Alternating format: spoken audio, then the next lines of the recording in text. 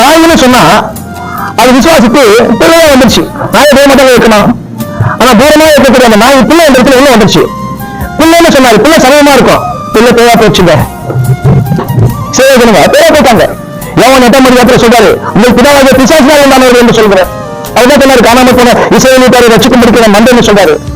ஆனா இவங்க இவ்வளவு அவங்களுக்காக வைரக்கமா இருந்து கூட அவரை விசுவாசிக்காம நியாயப்பிரமாணத்தை கொஞ்சம் மேன்மை பாராட்டுறாங்க.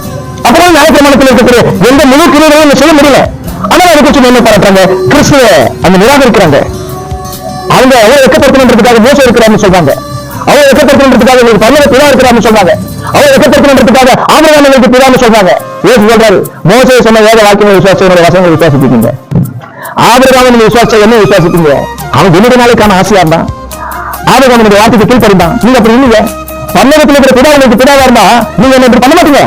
ஏன்னா அவனை அனுப்பியிருக்கிறாரு. அவன் சொல்றதை நான் சொல்றேன்.